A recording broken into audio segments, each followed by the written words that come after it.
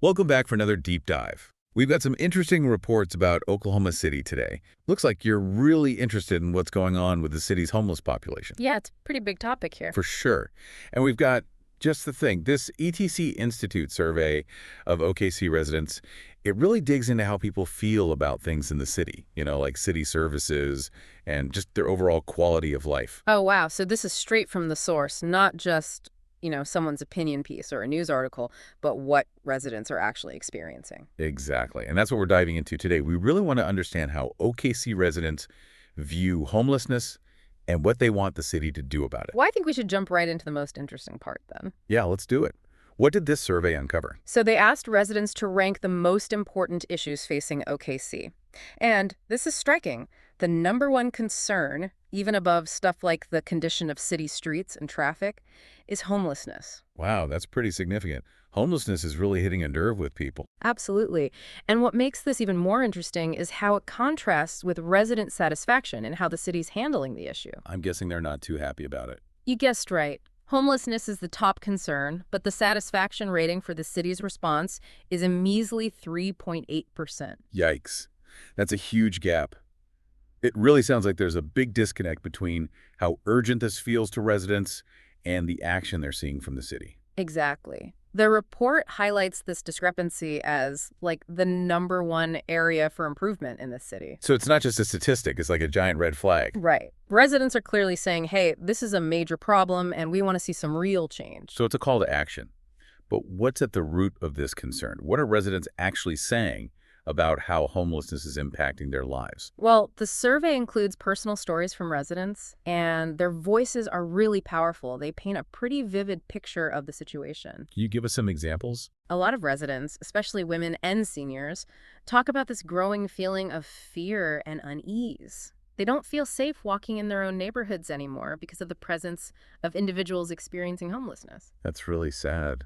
Feeling unsafe in your own community, it can really affect how you live your life. It does. Here's a quote from one resident. Homeless population in and out of my neighborhood. I used to be able to take walks, now I can't. Wow, that's a powerful statement. Mm. It's simple, but you really feel that loss of freedom and peace of mind. You really do. It shows this issue is deeply personal and is impacting people's lives every single day. It's not just a theoretical problem. No, not at all. Another theme that comes up a lot is frustration about panhandling. Residents are tired of being approached for money. Like, everywhere they go, intersections, businesses, you name it. They feel like the city isn't doing enough to stop it. So it's more than just an inconvenience. It's really affecting their quality of life. Exactly. One resident said, all of my concerns revolve around the ridiculous number of homeless and panhandling. People setting up freaking tents and living under 240 for weeks. Trash and being out in the middle of roads, it is disgusting and horrible. You can really hear the anger and disgust in that comment. Yeah, and it highlights how widespread these problems are seen. For sure. But I'm curious, amidst all this fear and frustration, is there any sense of compassion or understanding for the homeless population itself? There is, and it's important to point that out. A lot of residents do express concern for the well-being of those experiencing homelessness. They recognize that issues like mental health and addiction are a big part of the problem, and they're calling for more humane solutions that get to the root of the issue. It's important to remember that human element. We're talking about real people here, each with their own story. Exactly, and that leads to another really interesting aspect of the survey. It revealed that there's a lot of dissatisfaction with how the city enforces its codes and ordinances. Things like property upkeep and just general maintenance. That's interesting. At first glance, that doesn't seem directly related to homelessness. But I have a feeling you're about to connect the dots for us. You bet. In the minds of many residents, those two issues, homelessness and code enforcement, they're actually intertwined. Yeah. They see a direct link between the homeless population and things like rundown properties, trash, and just the overall decline of their neighborhoods. Ah, I see what you mean. So it's not just about the presence of homeless individuals themselves, but about the impact they're perceived to have on the whole community. Exactly. For many residents, it's like a snowball effect. One issue just makes the others worse, and it all leads to a downward spiral. And of course, that makes people feel even more uneasy and frustrated. Right. They're like, if the city can't even handle these basic problems, then how can we trust them to address the bigger issue of homelessness? So are residents saying they feel unsafe in OKC as a whole? Well, that's where the data gets really interesting. Residents do have concerns about safety and crime related to homelessness, but their overall satisfaction with feeling safe in OKC is actually pretty high. Really? That's surprising. How do we explain that? It seems like residents are making a distinction between the very specific anxieties they have about homelessness in their immediate surroundings and their overall sense of safety in the city as a whole. So it's less about feeling unsafe in the city in general and more about feeling unsafe in certain areas or specific situations. Exactly. It's a nuanced perspective. They might feel generally safe in their daily lives, but when they see a homeless encampment in their neighborhood or experience panhandling, it triggers a heightened sense of vulnerability. It seems like this whole issue is a lot more layered and complex than it might appear at first glance. It really Yeah. is, and that's reflected in the solutions residents are proposing. They're not looking for simple, quick fixes. They want to see a multifaceted approach that addresses both their immediate safety concerns and the long-term well-being of those experiencing homelessness. It sounds like they want real change, not just a Band-Aid solution. Exactly. They're looking for something that addresses the whole problem, from the roots up. Well, we've certainly uncovered a lot in this first part of our deep dive. The concerns, the anxieties, the calls for action, it's all part of a much larger story. And we've only just scratched the surface. There's a lot more to unpack here, especially when it comes to the solutions and pathways forward. That's what we'll be exploring in the next part of our deep dive. We'll delve into those proposed solutions and see what residents envision for a better future in OKC. I'm ready when you are. So they're really looking for a balanced approach, something that addresses both the immediate safety concerns and the long-term well-being of those experiencing homelessness. Exactly. It's about recognizing, that this is a complex issue and needs solutions that work on different levels. Well, what kinds of actions are residents specifically suggesting to achieve that balance? One thing that comes up a lot is the need for more police presence and just stricter enforcement of existing laws. Many residents feel like if there was a more visible police presence, it would deter crime and help people feel safer in their neighborhoods. That makes sense. Yeah. I mean, when you feel vulnerable, seeing a police officer around can definitely be reassuring. It's like a safety net. And some residents are pretty vocal about this. One even said they need to move on. If they want to live an outdoor life, get a job and buy your own land. Otherwise, move on. Another one just simply stated, lack of policing done in areas of homelessness. Those comments definitely sound like people want to see some action. They want to see it now. Yeah, there's a sense of urgency there, for sure. But it's not just about enforcement.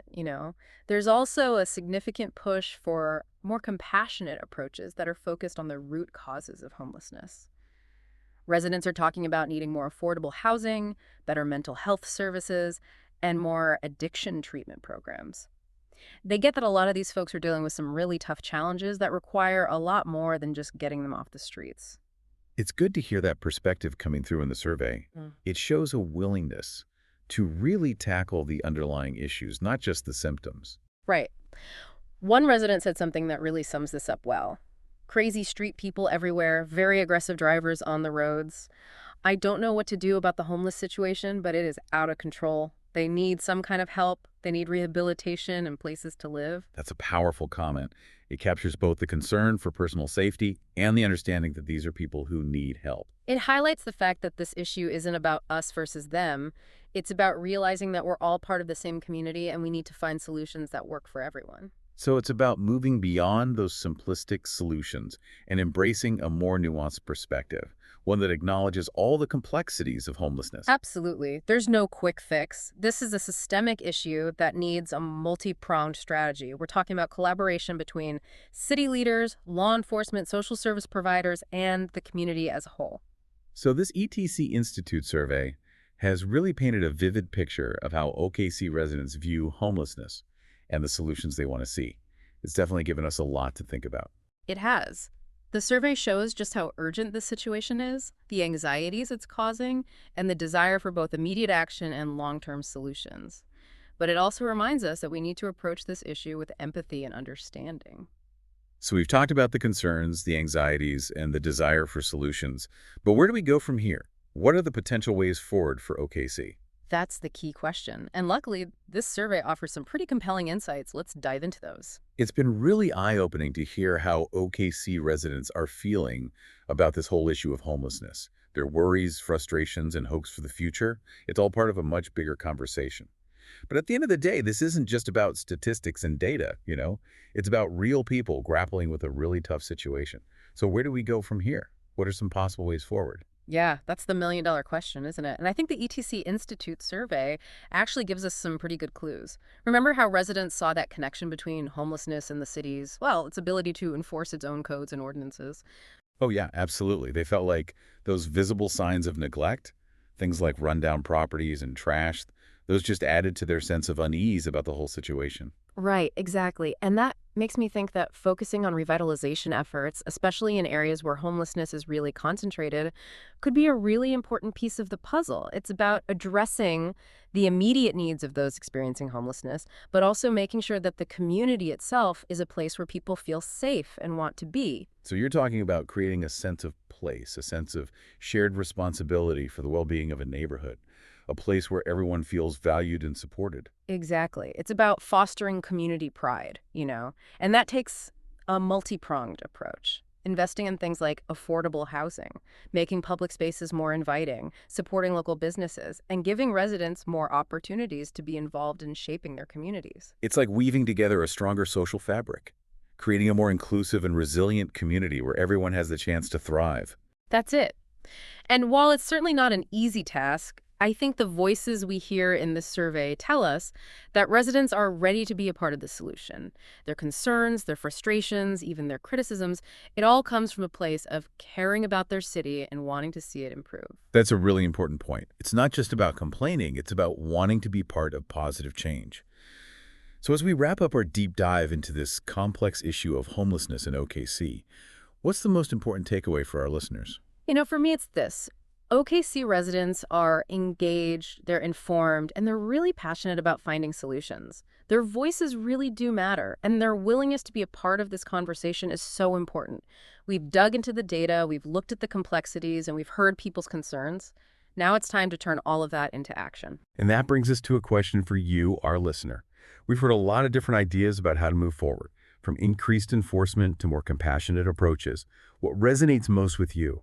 What path do you think will be most effective in creating a safer and a more humane OKC for everyone? That's something we encourage you to think about, talk about with your friends and neighbors, and bring to your city leaders. Building a better future for OKC is a shared responsibility, and every single voice makes a difference.